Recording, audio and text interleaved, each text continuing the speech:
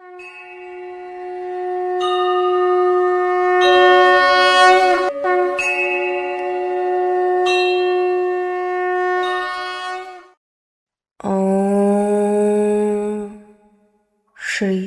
परमात्मने नमः।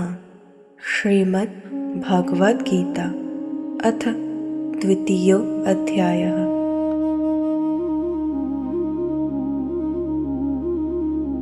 वासांसि जीर्णानि यथा विहाय नवानि गृह्णाति नरोपराणि तथा शरीराणि विहाय जीर्णान्यन्यानि संयाति नवानि देहि।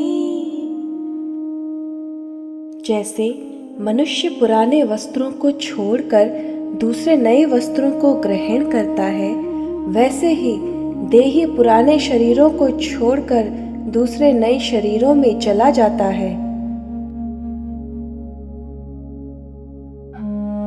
यह श्लोक गीता के सबसे प्रसिद्ध और सरल उदाहरणों में से एक है। जब हमारे कपड़े पुराने हो जाते हैं, हम उन्हें त्याग कर नए कपड़े पहन लेते हैं। इसमें कोई शोक नहीं होता, क्योंकि हम जानते हैं कि कपड़े बदलने से हम नहीं बदलते। ठीक इसी तरह जब शरीर पुराना हो जाता है, यानी आयु पूरी हो जाती है, तो आत्मा उसे त्याग कर नया शरीर धारण कर लेती है। यह उपमा इतनी प्रभावी है क्योंकि यह मृत्यु जैसी गंभीर घटना को भी हमारे रोजमर्रा के अनुभव से जोड़ देती है, जिससे यह डरावनी नहीं बल्कि स्वाभाविक लगने लगती है। असली मूर्खता कहाँ छुपी है? अगर कोई बड़ा व्यक्ति पुराने कपड़े बदलने में रोए तो हम उसे नासमझ कहेंगे। भगवान यहाँ इशारा करते हैं कि शरीर के परिवर्तन यानी मृत्यु पर शोक करना भी उसी तरह की नासमझी है। यह दुख वास्तव में शरीर के त्यागने का नहीं, बल्कि शरीर के साथ हमारी बनाई हुई झूठी एकता का परिणाम है। जो व्यक्ति शरीर को अपना वास्तविक स्वरूप मान बैठता है, उसे ही यह परिवर्तन डरावना लगता है। एक बच्चा जब कपड़े बदलने में रोता है तो वह उसकी नासमझी के कारण होता है। वैसे ही जब हम मृत्यु से डरते हैं तो यह डर भी अज्ञान से उपजा है, न कि किसी वास्तविक हानि से। कभी आपने सोचा है हर नया अध्याय डरावना क्यों लगता है? जब कोई व्यक्ति एक शहर से दूसरे शहर बसने जाता है या एक करियर छोड़कर नया करियर शुरू करता है, तो शुरुआत में पुराने की याद सताती है, पर धीरे धीरे नया जीवन भी अपनी जगह बना लेता है। यह ठीक वैसा ही है जैसे पुराने कपड़े छोड़कर नए पहनना। शुरुआत में अटपटा लगता है, पर जल्द ही सहज हो जाता है। यह समझ हमें बड़े जीवन परिवर्तनों को, चाहे वे नौकरी बदलना हो या शहर बदलना, कम डरावना बनाने में मदद करती है।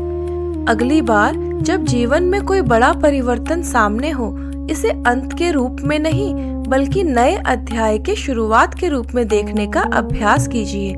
यह दृष्टिकोण परिवर्तन को स्वीकारना बहुत आसान बना देता है। यह भी याद रखने योग्य है कि जैसे नए कपड़े पहनने में कुछ समय असहजता के बाद सहजता आती है, वैसे ही किसी भी बड़े जीवन परिवर्तन को अपनाने में भी धैर्य चाहिए।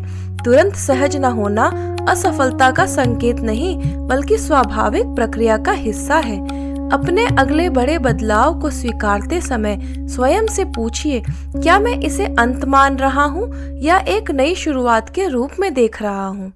अगली बार जब जीवन में कोई बड़ा अंत सामने आए, किसी दौर का खत्म होना, कोई पद छूटना या कोई परिचित स्थिति बदलना, इसे पुराने कपड़े बदलने की तरह देखने का अभ्यास कीजिए।